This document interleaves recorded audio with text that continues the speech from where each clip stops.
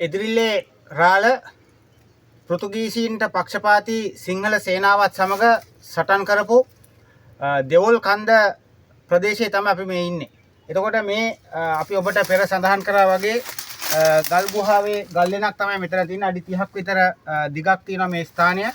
මීට උඩින් තියෙන විශාල ගල් පර්වතයේ ඉඳලා බලද්දී කළුගඟ මනාව පේනවා. මනාව දිස් වෙන ස්ථානයක්. ඒ කියන්නේ කළුගඟ ප්‍රවාහන කටයුතු වලට භාවිතා කරා නම් සැපවි මාර්ගයක් හැටියට යුද මර්මස්ථානයක් හැටියට පාවිච්චි කරන්න පුළුවන් ඉතාමත් හොඳ ස්ථානයක්. ඒ වගේම තමයි වර්තමානයේ එහෙම තත්ත්වයක් නැහැනේ. ඒ කියන්නේ යටත් විවිධ සටනක් නැහැනේ.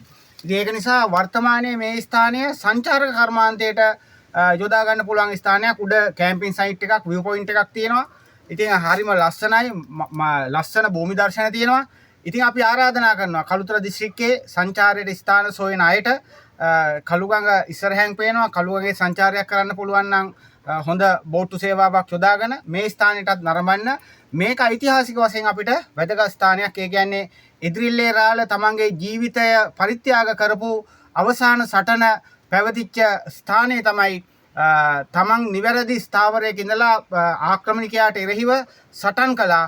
ඒ කියන්නේ වරදාන වරප්‍රසාද පසකින් තියලා ස්වදේශික ජනයාගේ දුක දෝමනස්යන් වලට එරෙහිව අසවේදු කියන පෘතුගීසි සේනාංකයේ ජෙනරාල්වරයාගේ තුච්ච නිහීන ම්ලේච්ඡ ක්‍රියාවට එරෙහිව නැවතත් ස්වදේශිකයාගේ පැත්ත අරගෙන සටන් කරලා ඒ සටන පරාජයෙන් කරවල වුණා. නමුත් ඔහු වීරයෙක් හැටියට දිවිදුන්න ස්ථානය තමයි මේ බණ්ඩාරගම උඩුවර දෙවොල් කන්ද ස්ථානය. ඉතින් අපි මෙතන අනුස්මරණය කරන්නේ ආදරයෙන් සහ ගෞරවයෙන්.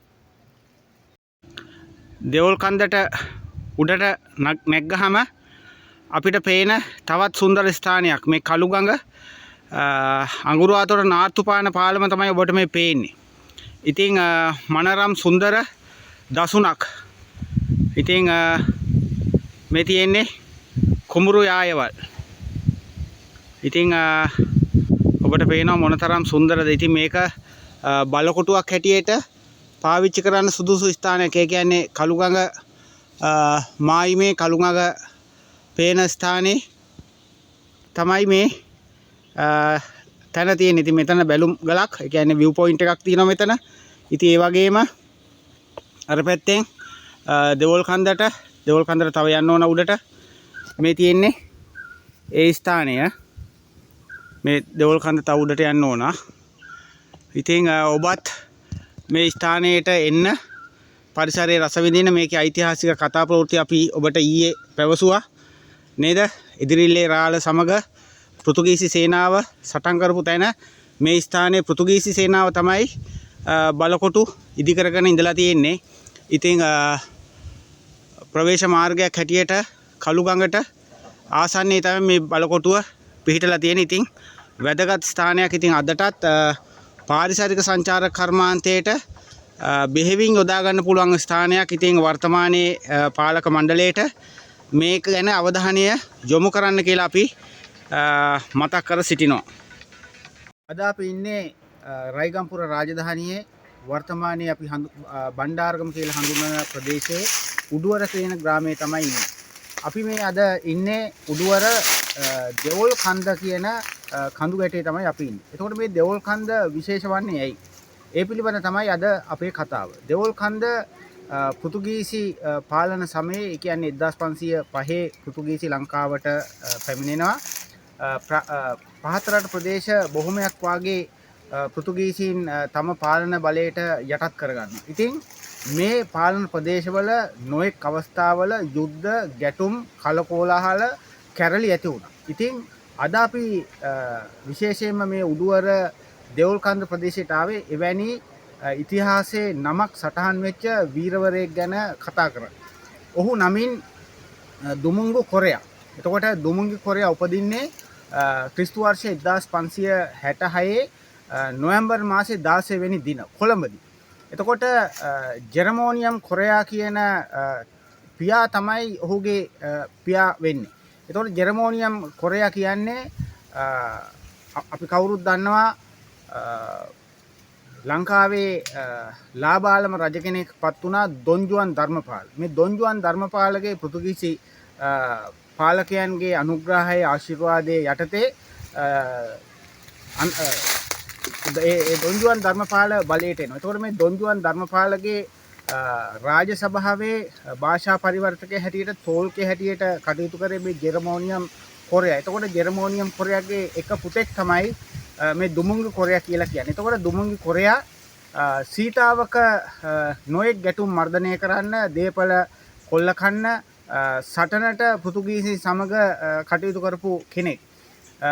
එතකොට ඒ කටයුතු කරපු නිසාම ඔහුට පෘතුගීසින්ගේ අනුග්‍රහය තාන්නමාන වරප්‍රසාද තෑගිබෝග තනතුරු තානාන්තර බොහොමයක් ලැබුණා. එතකොට මේ කටයුතු කරගෙන ඉන්න අතරවාරයේ ඔහුට වික්‍රමසිංහ කියන තනතුරකුත් ලැබෙනවා. ඒ කියන්නේ සිංහල සේනා සංවිධානය කරන ප්‍රධාන පුද්ගලයා හැටියට ඒ සේනාංකවල ප්‍රධානියාට දෙන තනතුරක් හැටියට වික්‍රමසිංහ කියන තනතුරකුත් ඔහුට ලබලා දුන්නා කියලා ඉතිහාසයේ පොත්පත්වල සඳහන් වෙනවා. ඉතින් මේ දුමුංග කොරයාට එක වෙලාවකදී හිතෙවුලක් ඇති වෙනවා මේ පෘතුගීසි පාලකයන් සම්බන්ධයෙන්. ඒ තමයි අසවේදු කියන සෙනවියා ජෙනරාල්වරයා 1594 අවුරුද්දේ. ඒ කියන්නේ හරියටම ගත්තොත්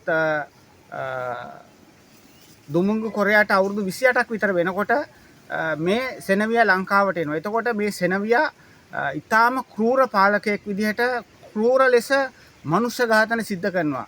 ගැබිනි මව්වරුන්ගේ කුස පළලා දරුවෝ එළියට ගන්නවා. ඒ වගේම කුඩා බිලිඳුන් මිරිස් ගල් වල තියලා වංගෙඩි වල දාලා කොටනවා. ඒ වගේම කුඩා දරුවෝ උඩට විසි කරලා කඩුතුඩු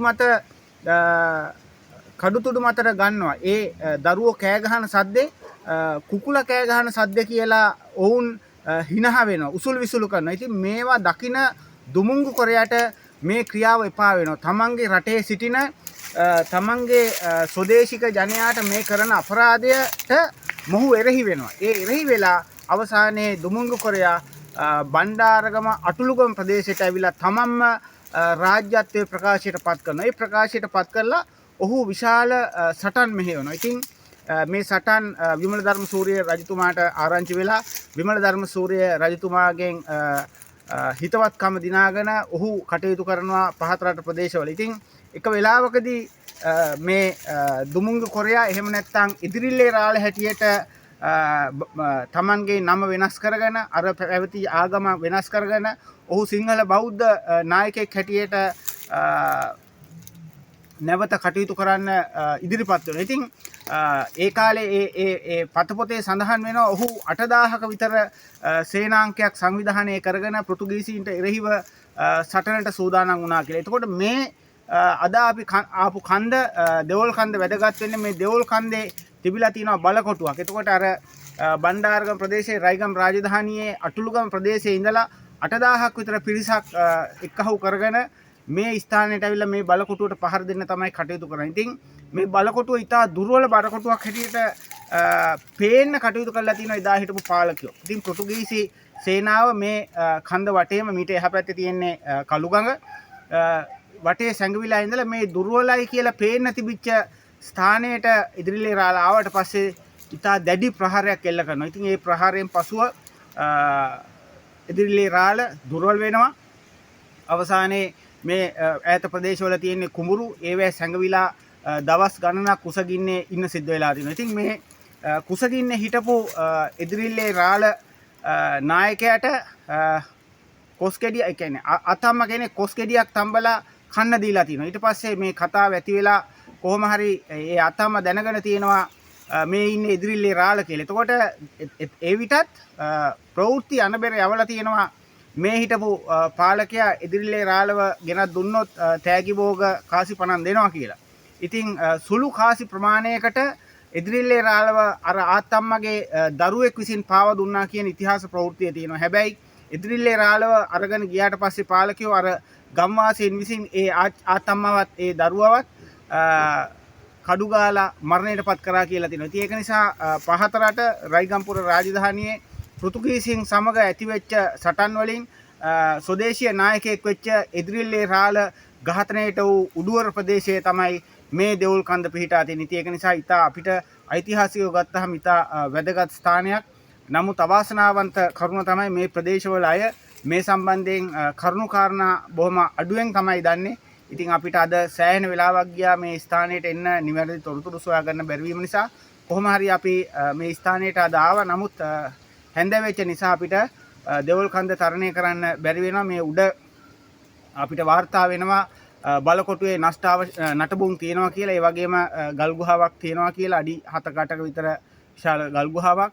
ඉතින් අපි ඊළඟ දවසේ අපි ඒ වෙනුවෙන් කාලය යොදා ගන්න වැය කරන්න අපි සූදානම් වෙනවා. ඔබටත් පුළුවන් නම් අඟුරුවාතොට පාරේ කියන්නේ බණ්ඩාරගමෙන් රයිගම් පාරේ ඇවිල්ලා නාර්තුපානෙන් ආපහු මේ පැත්තට එනකොට ගඟ දිගේ එනකොට විහාරයක් තියෙනවා. ඒ විහාරයේ අසලින් උඩට මේ දෙවොල් කන්ද තියෙනවා. ඉතින් මේ ස්ථානවලට ඇවිල්ලා ඓතිහාසික ගවේෂණය කරන්න කියලා අපි ඉල්ලා හිටිනවා. ඉතින් ඒක තමයි අපිට දැනට ඔබත් එක්ක බෙදා හදා ගන්න තියෙන කාරණේ.